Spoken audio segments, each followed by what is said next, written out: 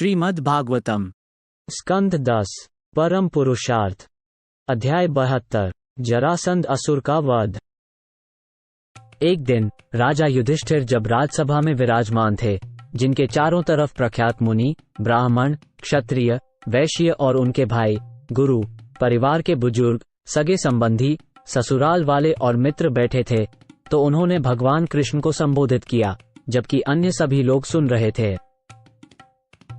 श्री युधिष्ठिर ने कहा, हे गोविंद, मैं वैदिक अनुष्ठानों के राजा राजसूय यज्ञ के माध्यम से आपके शुभ और समृद्ध अंशों की पूजा करना चाहता हूँ। हे प्रभु, कृपया हमारे इस प्रयास को सफल बनाएं। हे कमलनाभ, वे पवित्र प्राणी जो आपके चरणों में सदा से ही निष्ठापूर्वक सेवा करते हैं, आपका ध्यान करते हैं और आपके अखंड यश का गुणगान करते हैं, वे निश्चित रूप से सभी अशुभ वस्तुओं को नष्ट करने वाली आपकी पवित्र चरण वंदना के द्वारा इस भौतिक संसार से मुक्ति प्राप्त कर लेते हैं।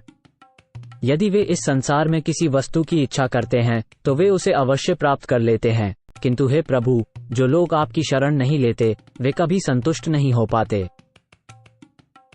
अतः हे देवों के देव, इस धरती के लोग देख लें कि आपके चरण कमलों पर की गई भक्ति कितनी शक्तिशाली है। हे सर्वशक्तिमान, आप उन्हें उन कुरुओं और श्रींजियों की स्थिति दिखाएं जो आपकी पूजा करते हैं, और उनकी भी स्थिति दिखाएं जो पूजा नहीं करते। आपके मन में यह मेरा है और वो दूसरे का है जैसा भेदभाव नहीं हो सकता, क्योंकि आप परम सत्य हैं, सभी प्राणियों की आत्मा, हमेशा संतुलित रहने वाले और अपने भीतर दिव्य आनंद का आनंद लेने वाले हैं। आप कल्पवृक्ष की तरह हैं जो उचित रूप से पूजा करने वालों को आशीर्वाद देते हैं और उनके द्वारा की गई सेवा के अनुपात में उन्हें वांछित फल देते हैं। इसमें कोई गलत नहीं है। ईश्वर ने कहा, राजन, तुम्हारा निर्णय सत्य और उचित है, इसलिए हे शत्रुओं को परास्त करने वाले, तुम्हारी शुभ ख्याति संपूर्ण लोकों में फैलेगी। हे प्रभु, निस्संदेह महर्षियों, पितरों और देवताओं के लिए, हमारे शुभचिंतक मित्रों के लिए तथा वास्तव में समस्त प्राणियों के लिए इस विशिष्ट वैदिक कर्म का संपन्न होना अभीष्ट है। सबसे पहले सभी राजाओं को जीत लो, पृथ्वी को अपने नियंत्रण में लो और सभी आवश्यक सामग्री इकट्ठा करो, उसके बाद ही इस महान यज्ञ को पूरा करो। हे राजन, तुम्हारे ये भाई विभिन्न लोकपालों के अंशों के रूप में जन्म लिए हैं और तुम इतने आत्मसंयमी हो कि तुमने मुझे भी जीत लिया है, जबकि मैं उन लोगों के लिए दुर्जय हूँ जिनके इंद्रियां उनके वश में नहीं होती। इस जगत में मेरे भक्त को कोई देवता भी अपनी ताकत, सुंदरता, यश या धन की शक्ति से हरा नहीं सकता। पृथ्वी के राजाओं की तो क्या बात है। श्री शुकदेव गोस्वामी ने कहा, भगवान द्वारा इन गीत रूपी वचनों को सुनकर युधिष्ठिर आनंदित हो उठे और उनका चेहरा कमल की तरह खिल गया। इस तरह उन्होंने अपने भाइयों को, जो भगवान विष्णु की शक्ति से सशक्त थे, सभी दिशाओं में विजय प्राप्त करने के लिए भेज दिया। उन्होंने सहदेव को सृंजयों के साथ दक्षिण दिशा में, नकुल को मत्स्यों के साथ पश्चिम दिशा में, अर्जुन को केकयों के साथ उत्तर दिशा में और भीम को मद्रकों के साथ पूर्व दिशा में भेज दिया। अपने पराक्रम से अनेक राजाओं को परास्त करके ये वीर भाई यज्ञ करने की इच्छा रखने वाले युधिष्ठिर महाराज के लिए खूब धनराशि लेकर आए। जब राजा युधिष्ठिर को पता चला कि जरासंध को हराया नहीं जा सका है, तब वो चिंतित हो गए। तब सर्वप्रथम भगवान हरि ने युधिष्ठिर को वो उपाय बताया जिसे उद्धव ने जरासंध को हराने के लिए उन्हें सुनाया था। इस प्रकार भीमसेन, अर्जुन और कृष्ण ने ब्राह्मणों का भेष धरा और हे राजन, वे गिरिव्रज पहुंचे जहां बृहद्रथ का पुत्र निवास करता था। ब्राह्मणों के भेष में छुपकर वो राजवंशी योद्धा उस तय समय पर मिलने आए जरासंध के घर के, जब अतिथियों का स्वागत किया जाता था। उन्होंने अपनी याचना उस कर्तव्यनिष्ठ गृहस्थ के सामने रखी जो ब्राह्मण वर्ग का खास सम्मान करता था। कृष्ण, अर्जुन और भीम ने कहा, हे राजा, हमें दीन दुखी अतिथि के रूप में जाने, जो बहुत दूर से आपके पास आए हैं। हम आपका कल्याण चाहते हैं, हम जो भी चाहें कृपया हमें दें। सहनशील व्यक्ति क्या नहीं सह सकता, पापी क्या नहीं करेगा, उदार व्यक्ति दान में क्या नहीं देगा, और समदृष्टि वाले के लिए कौन अजनबी है। निस्संदेह वह मनुष्य निंदनीय एवं दयनीय है जो क्षणिक शरीर से महान संतों द्वारा गाई गई चिरस्थायी ख्याति को प्राप्त करने में असमर्थ रहता है, भले ही वो ऐसा करने में सक्षम होता है। हरिश्चंद्र, रंतिदेव, उंचवृति मुदगल, शिबी, बलि, पौराणिक शिकारी और कबूतर तथा अन्य अनेक लोगों ने नश्वर के माध्यम से अमरता प्राप्त की है। शुकदेव गोस्वामी ने कहा, उनकी वाणी, उनके शारीरिक ढांचे और उनकी कलाइयों पर धनुष की डोरी के निशानों से जरासंध ये समझ गया कि उसके मेहमान राजवंश से हैं। वह सोचने लगा कि वह उन्हें पहले भी कहीं देख चुका है। जरासंध ने सोचा, वे निश्चित ही ब्राह्मणों की वेशभूषा में क्षत्रिय कुल के सदस्य हैं, किंतु तब भी मुझे ये दान तो देना ही होगा, चाहे ये मेरा देह भी मांगे। निस्संदेह बलि महाराज की निर्दोष महिमाएं पूरे विश्व में जानी जाती हैं। भगवान विष्णु इंद्र का वैभव बलि से छीनना चाहते थे।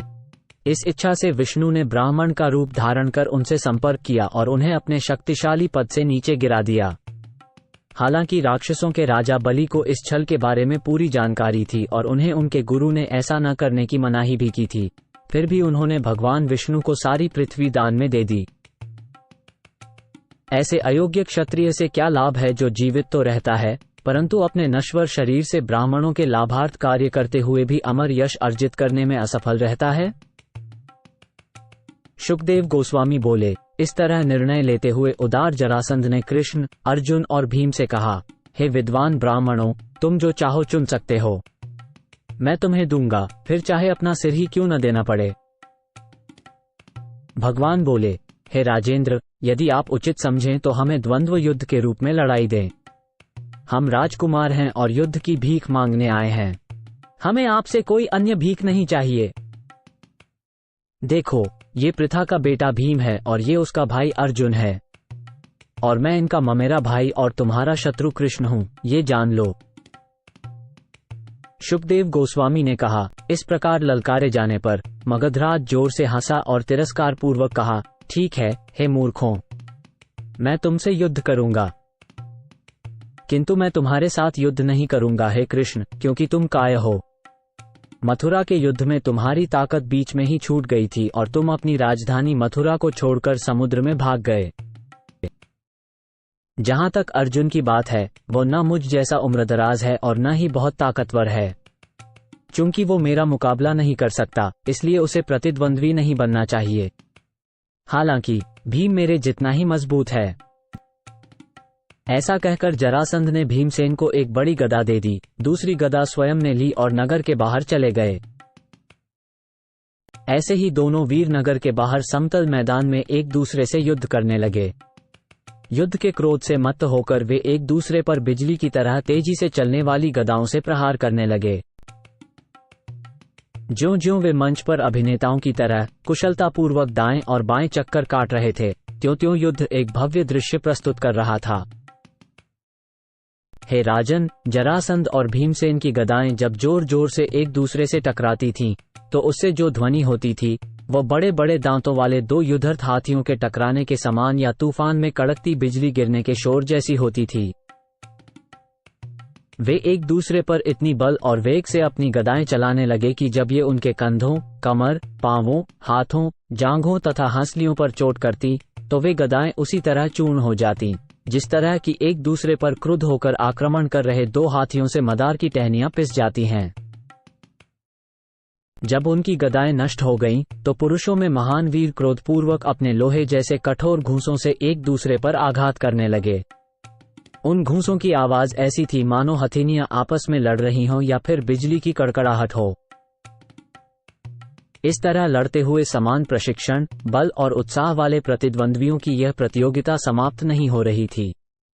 वे इसी तरह हे राजन, बिना किसी ढील के लड़ते जा रहे थे। भगवान कृष्ण अपने शत्रु जरासंध के जन्म और मृत्यु के राज जानते थे। ये भी जानते थे कि कैसे राक्षसी जरा ने उसे जीवनदान दिया था। ये सब सोचकर कृष्ण ने भीम को अपनी खास शक्ति दे दी। शत्रु को कैसे मारा जाए, इसका फैसला करके अचूक दृष्टि वाले भगवान ने एक पेड़ की टहनी को बीच से चीरकर भीम को संकेत दिया। इस संकेत को समझकर वीरों में सबसे श्रेष्ठ उस पराक्रमी भीम ने अपने विपक्षी के पैर पकड़कर धराशायी कर दिया। भीम ने जरासंध के एक पांव को अपने पांव से दबा दिया और दूसरे पांव को अपने हाथों से पकड़ लिया। फिर जिस तरह एक विशाल हाथी किसी पेड़ की शाखा को तोड़ देता है, उसी तरह भीम ने जरासंध को गुदा से ऊपर तक फाड़ दिया। तब राजा की प्रजा ने उसे 2 अलग अलग टुकड़ों में पड़ा हुआ देखा।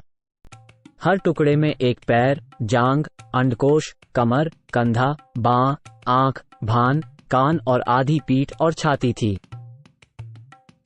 मगधराज के प्राण निकलते ही हाहाकार मच गया, जबकि अर्जुन और कृष्ण ने भीम को गले लगाकर बधाई दी। सभी जीवों के पालनकर्ता और हितकारी असीम भगवान ने जरासंध के पुत्र सहदेव को मगध के नए शासक के रूप में ताज पहनाया। तब भगवान ने जरासंध द्वारा जेल में बंद सभी राजाओं को मुक्त कर दिया।